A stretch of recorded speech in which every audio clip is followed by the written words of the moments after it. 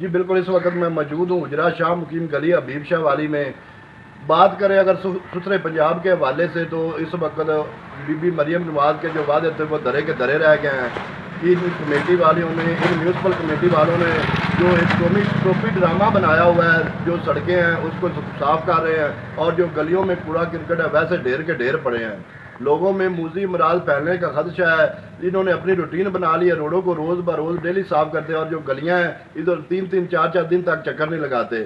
میرے ساتھ اس وقت شہری موجود ہیں، وہ جو بہت پریشان تھے، انہوں نے اپنا احتجاج ریکارڈ کرایا ہے کہ جو کوڑا اٹھانے والے 2-3 دن گلیوں میں چکر نہیں لگاتے۔ یہ ابھی تازہ ترین صورتحال گلی حبیب شاہ والی ہے، گلی ڈاکٹر ذاکر شاہ والی ہے، اور ساتھ ہی گلی جو ہے دائی شریفہ والی، اس کی بھی ایسی حالت ہے۔ ان سے پوچھتے ہیں کہ کتنے دن ہو گئے جو کوڑا اٹھانے والے لوگ آئے ہیں۔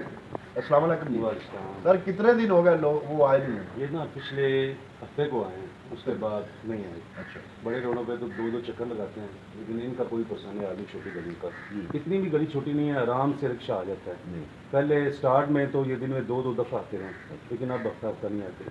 غلاظت، گندگی، گزرنا ماحول ہو گیا ہے، اتنی بدبو آتی ہے، یقین کریں کئی جگہ تو ایسی ہے جہاں سے گزرا ہی نہیں جاتا۔ یہ مین گلی ہے گرلز ہائی اسکول والی، چھوٹے چھوٹے بچے اسی گلی سے گزر کر اسکول جاتے ہیں اور کوئی پوچھنے والا نہیں ہے۔ کئی بار ان کی شکایت بھی کی ہے لیکن کوئی خاطر خواہ جو ہے نا رزلٹ نہیں ملا۔ آپ دیکھ سکتے ہیں کہ یہ تو گلی ایک کا حال ہے، سب گلیوں کا یہ ایریا ہے۔ ملا شاہ علی چوک میں بھی اسی طرح گند مسجد کے سامنے پڑا ہے، گلی حبیب شاہ والی اسکول کے سامنے ایسے گند پڑا ہے، اور باقی بھی، اور روڈ جو ہیں وہ صاف ہو رہے ہیں اور گلیوں میں گند بڑھتا جا رہا ہے۔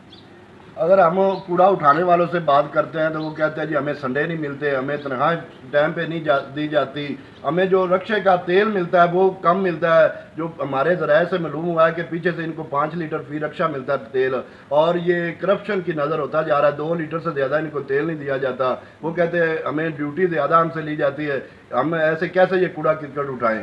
بات یہ ہے کہ ان کو تنخواہیں کا بھی انہوں نے اپنا معاملہ جو ایشو کیا ہے۔ اگر اسی طرح ان کو تنخواہیں یا تیل نہ دیا گیا تو یہ کوڑا کرکٹ ایسے گلیوں میں پڑا رہے گا، اور وہ بی بی مریم نواز کے جو وعدے تھے صاف ستھرے پنجاب کے وہ خواب ہی رہ جائیں گے۔ تو میری اپیل ہے حکام بالا سے اور سی او میونسپل کمیٹی سے اور جو ٹھیکیداران ہیں ان سے کہ یہ جو گلیاں ہیں ان میں کوڑا کرکٹ جو ڈھیر پڑے ہیں ان کو ڈور ٹو ڈور فوری ڈیلی کی روٹین پر اٹھایا جائے۔ یہ programme city press club register کی طرف سے پیش کیا گیا ہے۔ ملیں گے کسی نئے پروگرام میں، تب تک کے لیے اللہ حافظ، پاکستان زندہ باد۔